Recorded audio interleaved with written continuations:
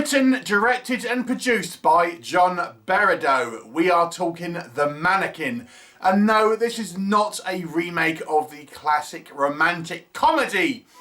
There has actually been a few Mannequin movies made over the last few years. This is a 2025 one. Berardo actually has a role in the movie as well, albeit only a supporting one. And it is not about a killer mannequin. It's kind of more of a haunted house movie. So the story focuses primarily on this group of 4 female friends, 2 of which are sisters. And one of their sisters buys this kind of studio workshop, I guess. It's quite a large building. It used to be a photography studio, and she wants to kind of make her like fashion business out of there.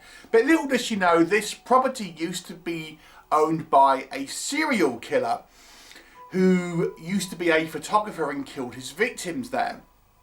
Now, she dies under mysterious circumstances, let's say, and this leaves the sister and the other 2 friends to try and come to terms with that and maybe become clued into what's actually kind of going on. The remaining sister's ex-boyfriend was actually a kind of paranormal investigator, so he could potentially help. And what is the mystery? Is there a ghost there? You'll have to watch the movie and find out. So, let's discuss. Now, like I said, this plays more like a haunted house movie in some ways. I actually got to say right off the bat, I kind of liked it. I actually enjoyed this as quite a creepy haunted house movie, and this kind of ever-present mannequin, which has been left there since the days of the original serial killer, is a sort of focal point of the movie without kind of it being a mannequin that kind of comes alive. But the kind of these sort of ghostly goings on are filmed in a way which I think is quite spooky, because this building is not like a gothic old haunted house. It is kind of like an open sort of studio, like a large building, which is, you know, quite well lit at times. So it's not your typical kind of setting for a haunted house movie in some respects. But I kind of quite liked the kind of the difference, really, because of that. And you just feel there's this kind of paranormal entity kind of in the walls almost, and sort of just there. So when you go into this building, this whole building is kind of sort of watching you, maybe through the eyes of this kind of mannequin. So I thought it has a creepy vibe to it. And the movie, the way it kind of plays out, I have to say, I think our characters are quite realistic. Now, the 3 remaining characters after the death of the original, it focuses primarily on the surviving sister, who actually is portrayed to be a little bit unlikable. But in a way, I kind of appreciated it, because she does come across very much like a flawed person.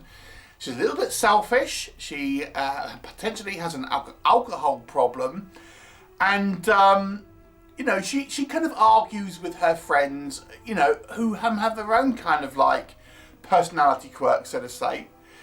But I kind of quite like that kind of flawed character in a way, because it felt sometimes in movies like you get our protagonists is like too altruistic. They're kind of like a goody two-shoes, and, you know, it ends up becoming, they're somewhat vanilla. And I would say our main character in this, albeit, yes, she does come across as a little unlikable, it's fair to say. But nonetheless, I think the positives do outweigh the negatives of that, because she does seem like a real person, a flawed person, who is kind of dealing with this, you know, her sister's death and kind of pushing away her friends because of it and things like that. I quite enjoyed it. So I quite liked the characters. I found them quite kind of believable and relatable, and I like their kind of their relationship with one another, because again, it just struck true to me. The film does take some kind of, maybe not twists exactly, but it kind of goes in directions that, or small directions that you wouldn't say are typical. There's no great revelations here or anything like it. It is very much a standard haunted house movie, but just some of the kind of the minor ways that it plays out, to me, felt a little bit original to a degree. So it's kind of like some degrees of originality, but in a kind of a typical haunted house movie is the best way I describe it. So it has some elements that you feel like are quite fresh, but still playing like a very much a stereotypical film haunted house movie that you could probably expect for this. It does have some creepy moments. There are some moments of violence where I didn't think it was going to go. So that was, you know, it was quite shocking in some respects. So I found this movie actually had a reasonable amount to offer. I actually thought the acting was all quite strong across the board, to be honest. The direction, you know, was strong. So I have to say, there's quite a lot to enjoy in this movie, outside of one major issue for me, and that is the ending of this movie. I think the ending is where, and we're talking about the very ending of the movie. To me, this was the weakest part of the movie. It doesn't derail the film, but I think it tries to have this kind of like almost meta twist, and I've got to say, I couldn't help but feel a little bit of hubris from our writer-director here coming in. I won't say obviously what it is, but that the ending did not quite work for me.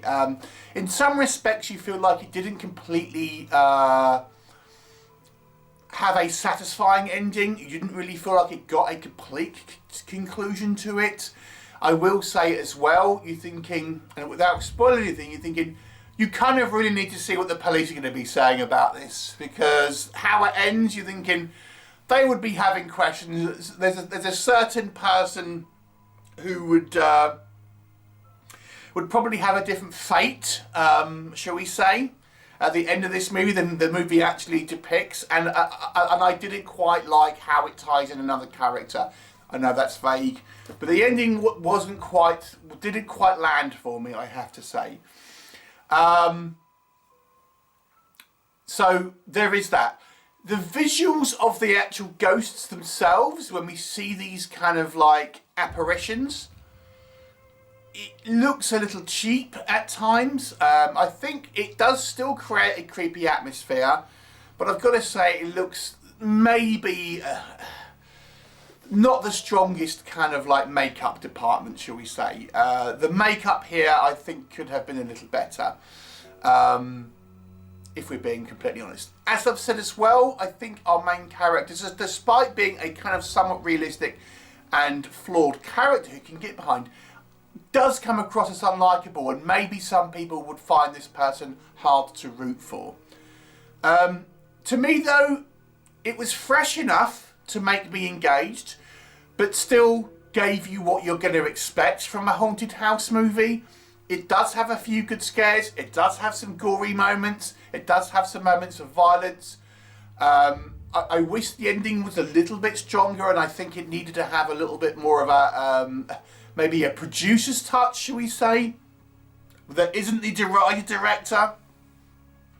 But overall, it's still an enjoyable movie, and this, if you like a kind of like a creepy haunted house movie, that maybe isn't the best one you've ever seen, but certainly worthy of a watch, I would check it out.